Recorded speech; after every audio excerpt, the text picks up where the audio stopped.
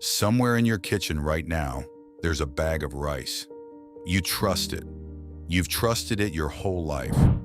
Rice is supposed to be the safest food on earth.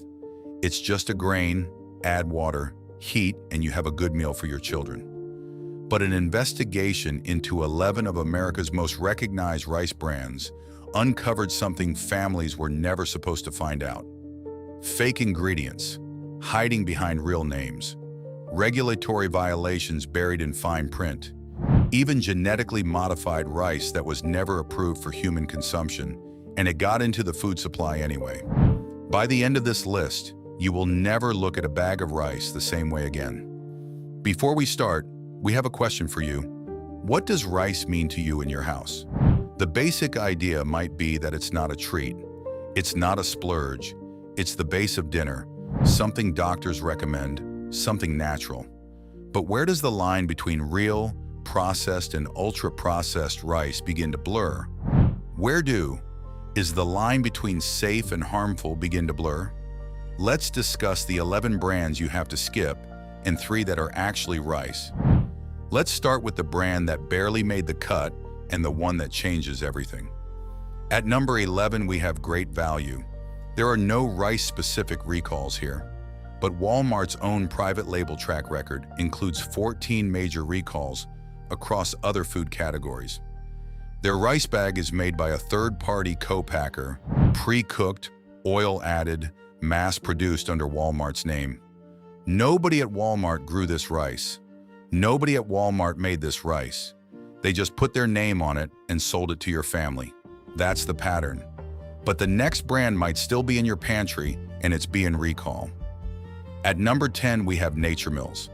In June 2026, the FDA issued a Class 2 recall on 6 Nature Mills rice mixes: sesame, dal garlic, moringa, curry leaf, valeriye, horse gram, and the ridiculous thing about this is that it's still active right now. The reason was undeclared wheat, milk, and sesame, ingredients that trigger allergic reactions in almost 8 to 9 million Americans. You could have put your family's life in danger just because a company didn't declare allergens on time. And from this point, the investigation takes a darker turn, because sometimes the problem isn't what a company puts into the food. It's what the company fails to tell you is already there.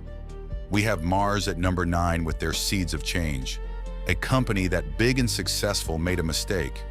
They failed to tell you about lead that was casually sitting inside their quinoa, brown and red rice, flaxseed pouch. The people freaked out, and California issued a Proposition 65 violation notice.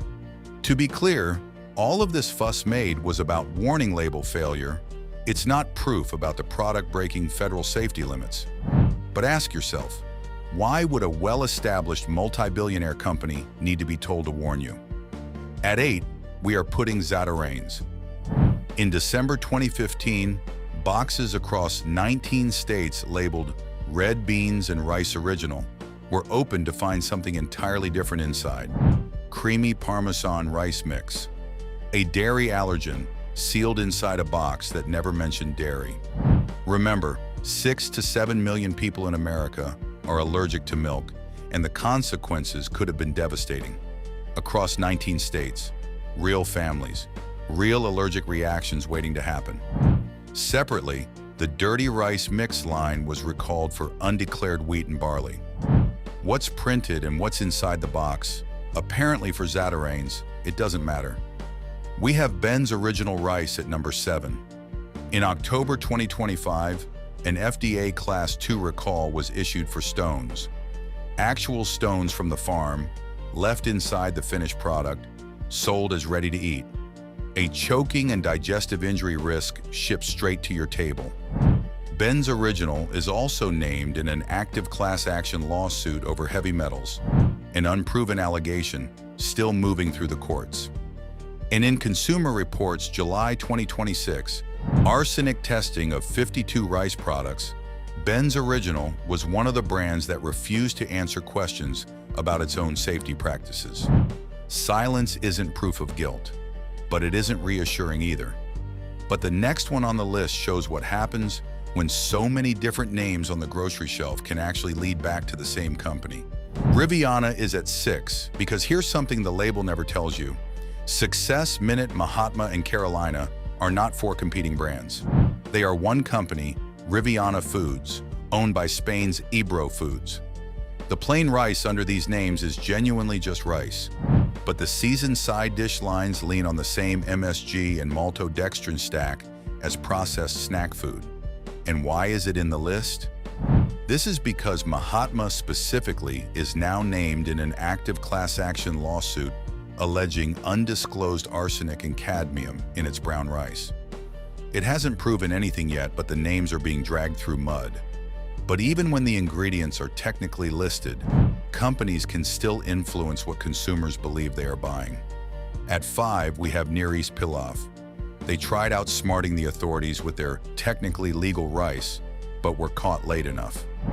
In November 2020, a class action settlement was finalized against 13 Near East Pilaf, couscous, and quinoa varieties for slack fill. Boxes deliberately packed with empty air to make the box look bigger than the food inside. They tried defending themselves in the court, but lost. Empty boxes is one thing, but what do you think happens when a brand sells stuff that's barely rice anymore? At number 4, we have Rice Irani. The San Francisco treat has a secret. Ingredient database estimates put their actual rice content at roughly 50 to 55% of the box. The rest is wheat flour, vermicelli, and a flavor enhancer combo of MSG, disodium guanylate, disodium inosinate, the exact trio used to make processed snack food taste addictive. There are no lawsuits here. But the next time you are recommended rice, these are not the ones you are looking for. And these are not the only barely rice products here. We have Knorr rice sides at number 3. The lawsuit against Gibson and Schuler Unilever was filed in 2025. The claim was simple. Knorr markets its rice and pasta sides as containing no artificial flavors or preservatives. While the ingredient list does not care about marketing slogans, it has maltodextrin, MSG, and 2 disodium nucleotide flavor enhancers.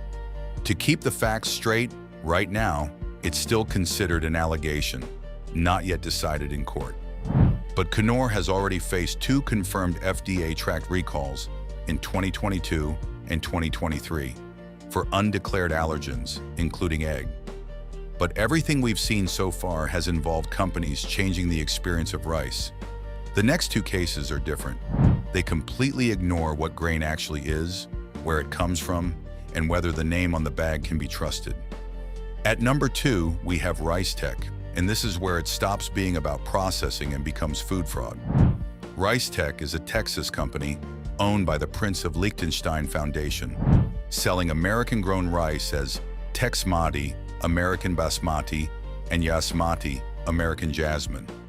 In 1997, RiceTech patented rice under the name Basmati itself. India's government formally fought back. By 2002, most of the patent claims were struck down. U.S. and Indian advocacy groups have since petitioned the USDA and FTC directly, arguing current rules let RiceTech borrow premium names it has no geographic right to. A name that means something in Punjab and Dehradun, sold on a Texas shelf without the origin to back it up. And then there's number 1, the one that changed how the entire world sees American rice. We have Liberty Link at number 1, the biggest rice scam in the history of the U.S. In August 2006, Bayer admitted something almost impossible to believe. An experimental, unapproved genetically modified rice line called LL Rice 601 never cleared for human consumption. It had contaminated over 30% of America's long-grain rice fields. It ended up in rice sold under the Riceland name, and others on shelves, in kitchens, in bowls served to children who had no idea. Japan banned it. The EU restricted it. Russia restricted it. Within days, rice futures dropped roughly 14%, more than 400 lawsuits, over 11,000 plaintiffs. Bayer paid $750 million in 2011 to settle, and Riceland alone had already won a $136.8 million jury verdict against them. The USDA's own investigation found Bayer committed 7 regulatory violations during its field trials. Bayer never faced full consequences for those. The statute of limitations had already run out by the time investigators finished. An unapproved genetic experiment reached the dinner table of ordinary families. Nobody voted on that, nobody was told at the checkout line, and the company responsible got to call it a settlement instead of what it actually was. Now, to let you know about the 3 good brands out there that you can safely buy. At number 3, we have Tilda. They run their own in-house DNA lab called RiceSearch, testing every batch of basmati to confirm it genuinely comes from the Himalayan region and isn't secretly something else. We have Lundberg Family Farms at number 2. It is grown and milled in California, and when Consumer Reports asked hard questions about heavy metal monitoring, Lundberg actually answered. Only 1 of 5 tested products came close to the safety threshold. At number 1, the best brand we have in our list is Nishiki. It is grown and milled entirely in California. Also gave Consumer Reports a direct answer, confirming compliance with the state's heavy metal regulations, while most of the brands on this list said nothing at all. The next time you stand in the rice aisle, remember to be careful about the 11 brands that you should skip and 3 that are actually real.